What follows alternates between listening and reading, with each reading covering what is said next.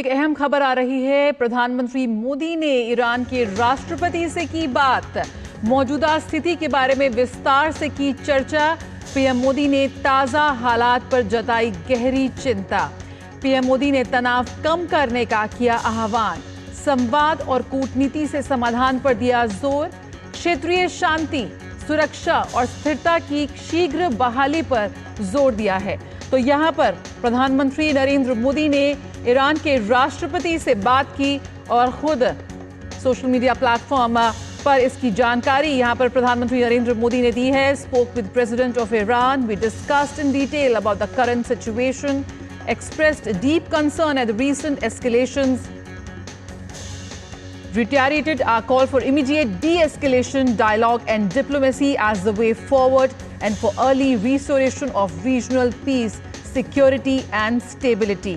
यहां पर प्रधानमंत्री नरेंद्र मोदी ने ईरान के राष्ट्रपति से बात की और इस पूरी स्थिति का जायजा लिया, ताजा हालात पर जताई उन्होंने गहरी चिंता और साथ ही तनाव कम करने का उन्होंने आह्वान किया है।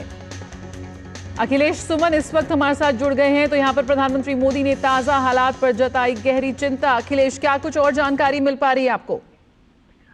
देखिए, अभी जो सबसे महत्वपूर्ण बात यह है कि जिस तरीके से अमेरिका की बॉम्बिंग हुई ईरान के ऊपर, न्यूक्लियर साइट्स के ऊपर, इसने पूरी दुनिया में एक नया कंसर्न कर दिया है। और भारत के लिए एक बड़ी चुनौती इसके रूप में भी है कि भारत का पोर्ट, चाबहार पोर्ट वहां डेवलप कर रहा है ईरान में, और उस चाबहार पोर्ट के माध्यम से हमारा सेंट्रल एशिया में रूट बनता है। सेंट्रल एशिया में हमारा प्रवेश चाबहार पोर्ट के रास्ते से ही होता है।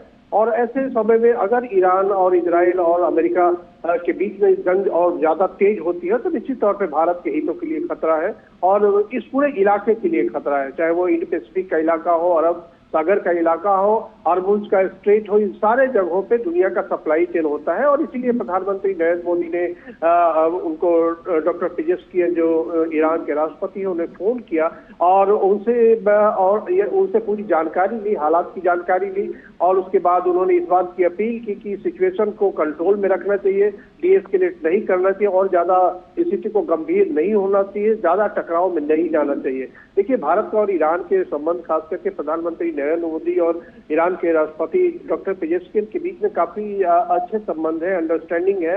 और इसी अंडरस्टैंडिंग का नतीजा था कि एयर स्पेस ईरान ने भारत के लोगों के लिए पूरी तरह खोला, जो कि वो एक्सेप्शन किया उन्होंने भारत के लिए कि ईरान में जो हमारे फंसे हुए भारतीय हैं जो भारत वापस आना चाहते हैं, उन सारे लोगों के लिए उन्होंने एयर स्पेस खोला जो पहले से बंद था। और उस हवाई जहाज के माध्यम से ईरान से सीधे हमारी फ्लाइट आई है, 3 फ्लाइट ईरान से आई है।